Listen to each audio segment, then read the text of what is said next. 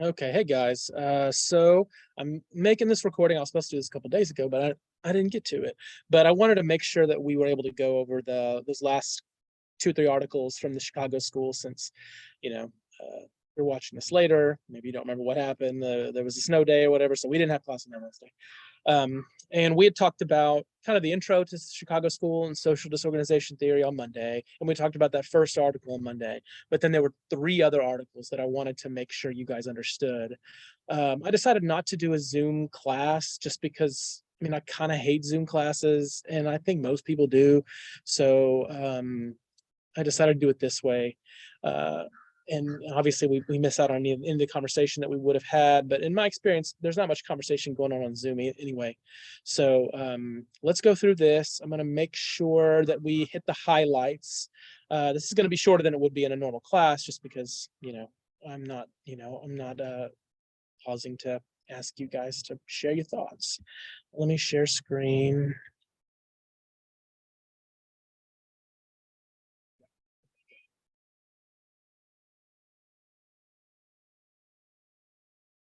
All right, so the first article, hold on, I've got this thing in my way. Let me see if I can move it.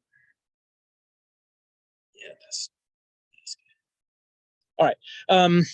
So the first article, I guess, well, the first article we're talking about is the second article, was this article called Systemic Control and Crime. And in that one, they talk about how Sean McKay, they think that there's a problem when they kind of confuse social disorganization from the outcome of social disorganization. And we mentioned this on Monday a little bit. I think someone brought this up. I forget who it was, just about the circular reasoning that you sometimes have, that if we talk about social disorganization and we talk about delinquency, and it's easy to confuse those as similar concepts.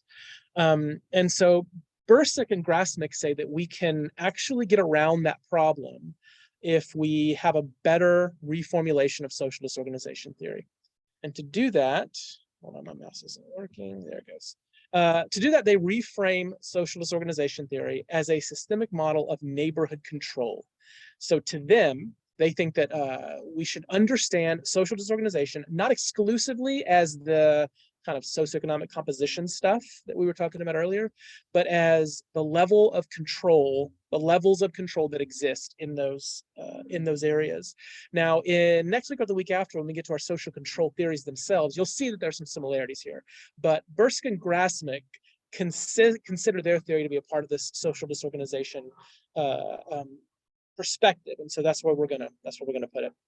But 2 areas they look at: neighborhood instability and heterogeneity, or is another word of saying diversity. So neighborhood instability is really what they're measuring the kind of residential stability there. So the people who live in the area, have they lived there a long time, or are there lots of people kind of moving in and out of the neighborhood? That's what they're trying to measure when they talk about neighborhood stability or instability. And then heterogeneity is just basically racial and ethnic diversity. So they talk about there being 3 levels of control that need to be taken into account. The first, private level, the intimate primary social ties. And, basically everywhere has high levels of social control that exist at the private level. Most places, most cultures, um, most subcultures uh, place heavy emphasis on the beliefs of their primary social ties, right?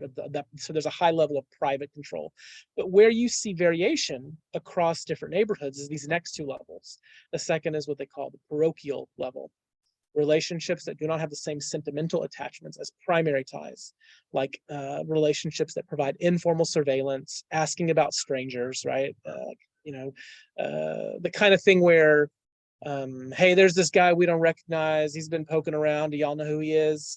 That kind of thing, where there's a sense of like not necessarily having those conversations with close friends, but just sort of your neighbor who's walking down the street, or who lives a couple houses over or something. That would be the parochial level, that second level. And the third level they call the public level: relationships with the decision-making agencies and individuals. This is beyond the internal dynamics of the community. So basically, do representatives of the community have relationships with decision makers, with city council, or people who own a school board, or other levels of politicians and government bureaucrats and those kind of people who have the power to kind of pull strings to make things happen. And that neighborhoods vary in their level of in that public level of control. In other words, some neighborhoods are consist of people who have lots of relationships with those folks, or have been able to mobilize themselves so that they have a kind of a rapport with those people, and some neighborhoods don't. And so Bursick and Grasmick think we need to take that into account. So here's the graph, their little flow chart that appears in the book, and I decided to remake it here just so I could go through and explain it. So the neighborhood socioeconomic composition, basically what they're talking about here is the socioeconomic status. That's the most important thing here, right? Is this a neighborhood that consists of mostly wealthy people, mostly middle class people, mostly working class people, something like that? And then the racial dynamics, etc.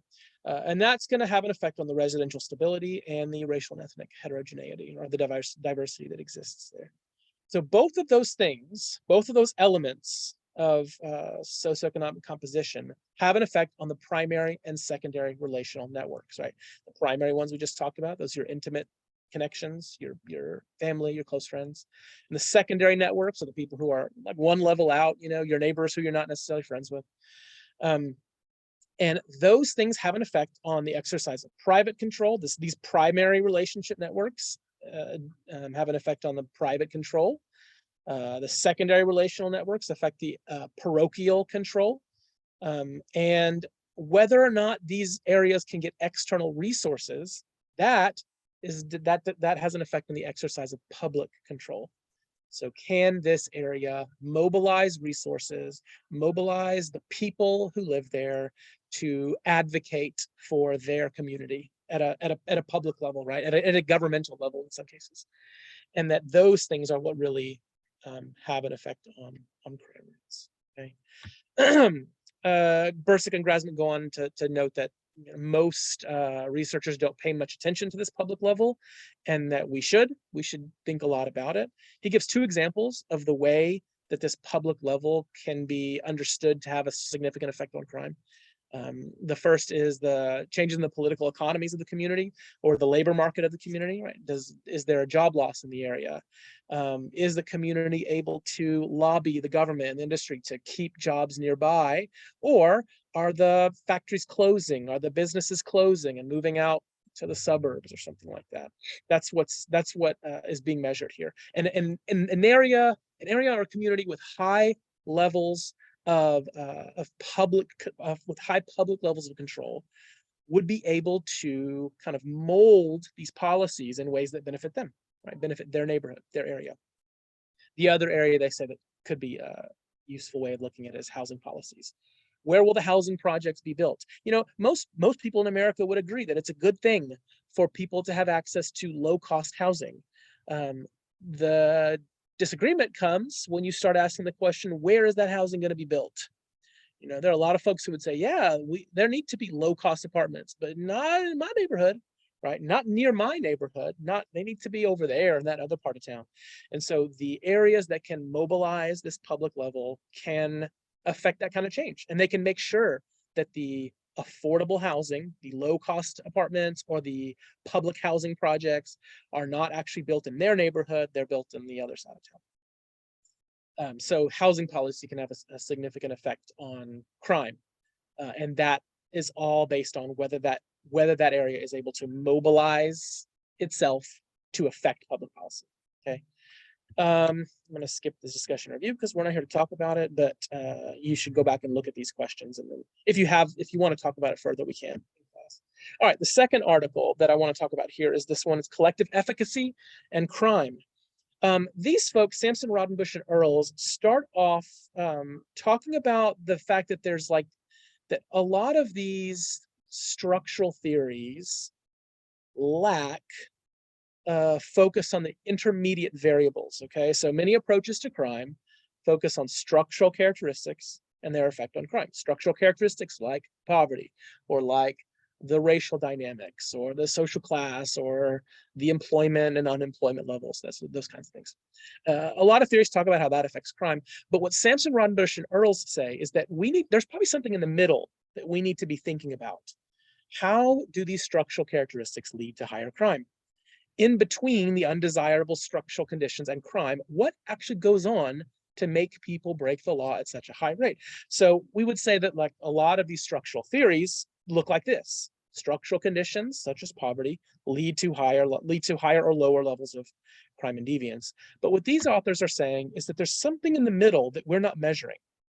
That these structural conditions like poverty or employment or racial composition or whatever, that these structural characteristics lead to something else happening in the area, and that something else is what's causing higher or lower levels of crime and deviance. And Sampson, Roddenberry, and Earls, their idea is that this something that we could put in the middle is what they call collective efficacy. Okay, now what is collective efficacy? There are two elements to collective efficacy. The first they call informal social control. And this is just basically like, do you live in a neighborhood where people are, paying attention to the safety of the area and doing things that they could be doing to affect that? We talked about this, I think, a little bit in our class last Monday, that, some neighborhoods are places where there's like a little old lady who sits on her stoop, and if there's some kids acting a fool, she's going to tell their mom, right? Or something like that. And there's some places where that lady doesn't exist. There's some places where the grown-ups in that area are all kind of invested in making sure things stay safe. And there's some places where that's not the case. So that will be informal social control. That's measured here. They asked the folks in their sample, how likely is it that your neighbors could be counted on to intervene in various ways if, and then they give these 5 separate circumstances. If children were skipping school or hanging on the street corner, if children were spray painting graffiti on a local building, if children were showing disrespect to adults, if a fight broke out in front of the house, or if a fire station closest to the home was threatened with budget cuts. These 5 questions are the answers to them are sort of added together, or in some cases averaged together, to create this measure of informal social control. The other one is social cohesion and trust. People asked, how strongly do you agree or disagree that people around here are willing to help their neighbors, that this is a close-knit neighborhood, that people in this neighborhood generally don't get along with each other, and that people in this neighborhood do not share the same values? And so you take those 4 questions and you combine them in the way that makes the most sense, and that becomes a single measure of social cohesion and trust. So what they're proposing here, that these 2 measures should be combined to form something they call collective efficacy. Collective efficacy, once again, is areas where there's high levels of neighborhood control and there's high levels of social cohesion and trust. And they would say that collective efficacy can be put in that middle box, so that concentrated disadvantage would affect collective efficacy, in some cases like decreasing it, right, if it's disadvantage.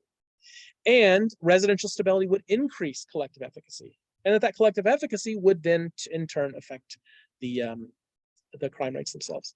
So I'll put this quote right out from it because I think it explains it well what we're doing here. 3 dimensions of neighborhood stratification: concentrated disadvantage, immigration concentration, and residential stability explains 70% of the neighborhood variation in collective efficacy. So this is just a statistical way of saying these 3 variables, which is just poverty, percent of folks who are immigrants, and residential stability, or the sort of the mobility, or people live here a long time, that those 3 variables explain that they are the most important causes of collective efficacy. That people are more likely to trust and have formal levels of control depending on what the poverty level is, what the concentration of immigrants is, and how long people have lived there.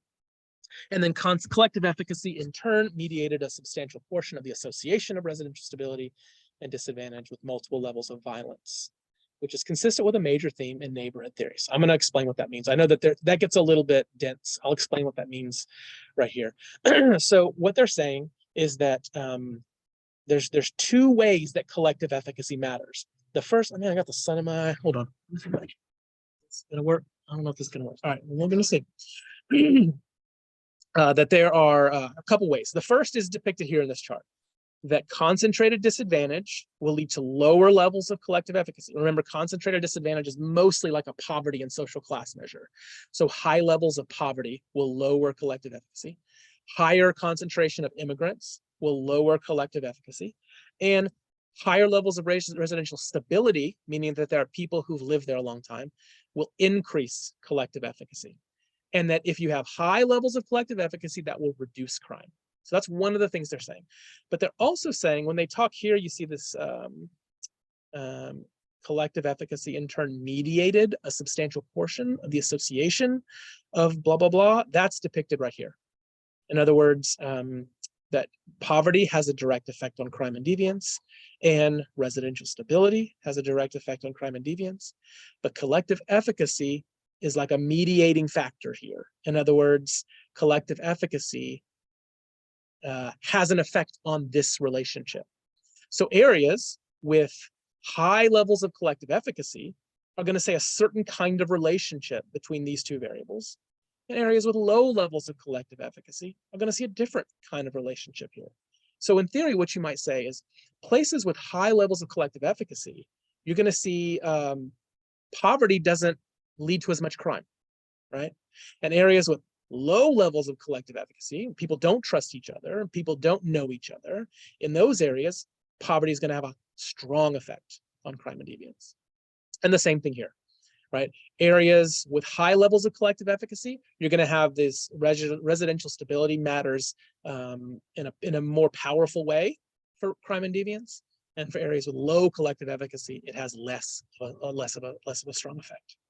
So that's what we're trying to say there. Modern applications of social disorganization theory are more likely to be framed in a collective efficacy model. So in some ways, collective efficacy is really the more kind of, currently is the more trendy way of talking about social disorganization. It likely has replaced social disorganization as the major organizing concept within the Chicago school tradition. Okay, and then I'll skip that because we're not here to discuss it. And then, actually, I'm going to sit over here where I'm not in the sun as much. Hold on. Is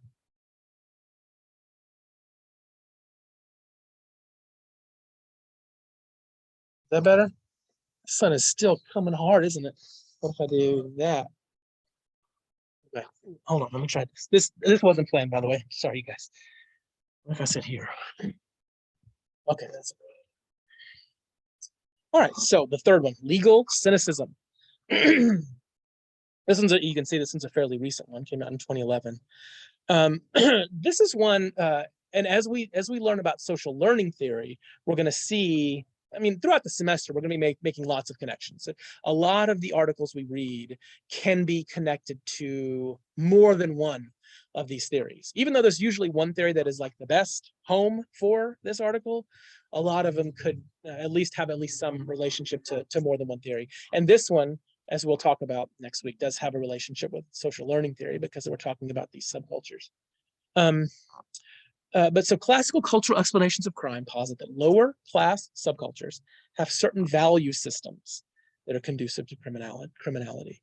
In other words, these theories posit that those who are poor and those who are working class believe certain things that are more amenable to crime. In other words, they might believe that it's not that big a deal to steal. They might believe that it is necessary, at least sometimes, to use violence to resolve, disagreements or something like that. That's the idea here, is that lower class subcultures have a certain value system. And what Kirk and Papachristos find is that they find that that's not really true. Research shows that most residents of socially disadvantaged areas believe in the substance of a law, that there's not actually much of a difference between the beliefs of people in the middle class and upper middle class and the people in the lower classes. And so they think that if we're going to talk about culture, we can't talk about it as a system of values, because the values, they would say, are not that different.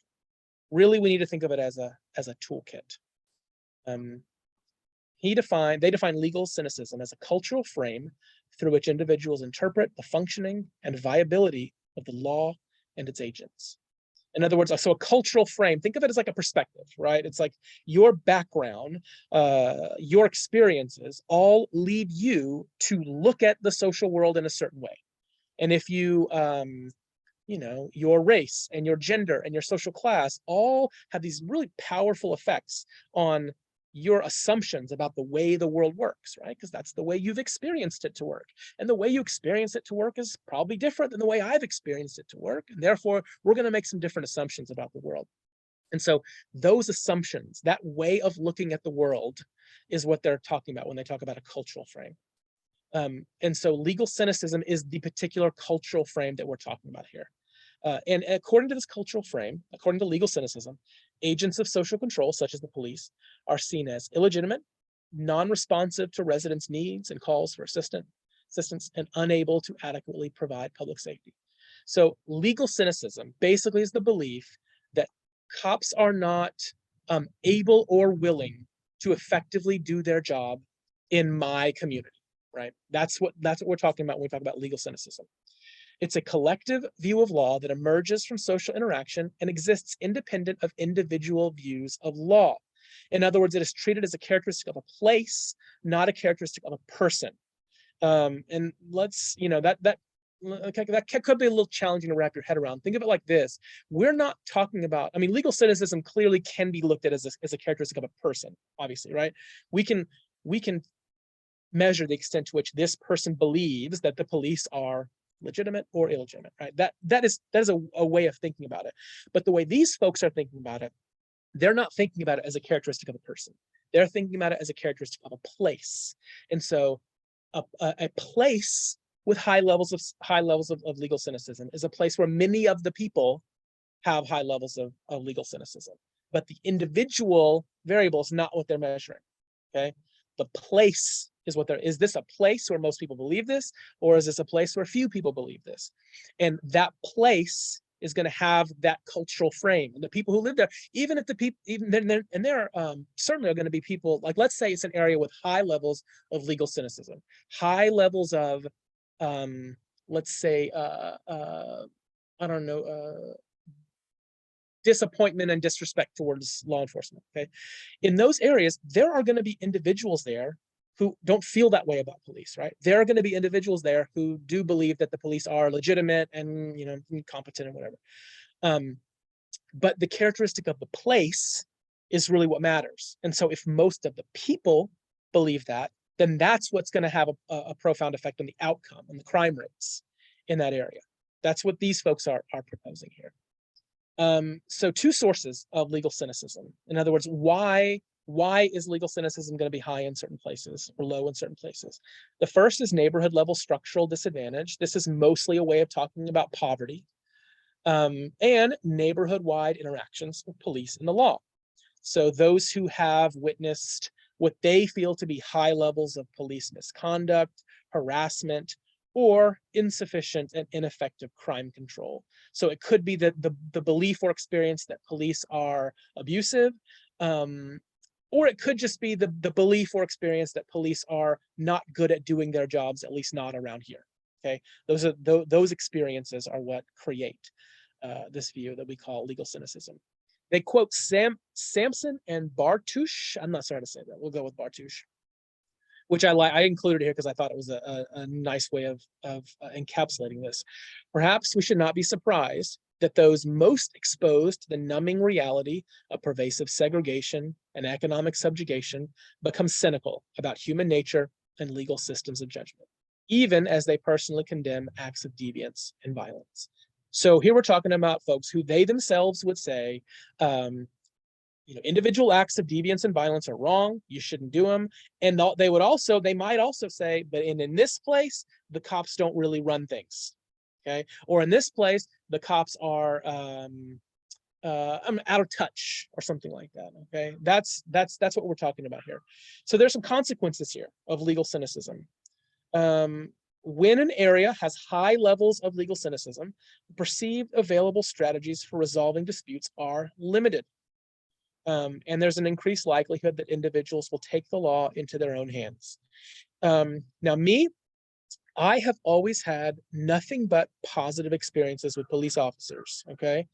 And because of that, I don't think I would hesitate to call the police if I felt like there was some kind of danger, right? My automatic default assumption is if there's something dangerous, there's something potentially illegal, I want to call the police because I think the police are going to come and they're going to deal with it better than I can deal with it, right? That's where my head automatically goes. But these theorists would say this legal cynicism idea, there's a lot of people who don't think that way, right? And I imagine that's true for some of you, right? Based on some of your experiences. A lot of people don't feel that way. There's a lot of people who don't feel like, let's call the cops. There are a lot of people who feel like, actually, don't call the cops. The last thing you want to do is call the cops, because if the cops get involved, it's going to, bring, a certain level of risk that we don't want to be dealing with.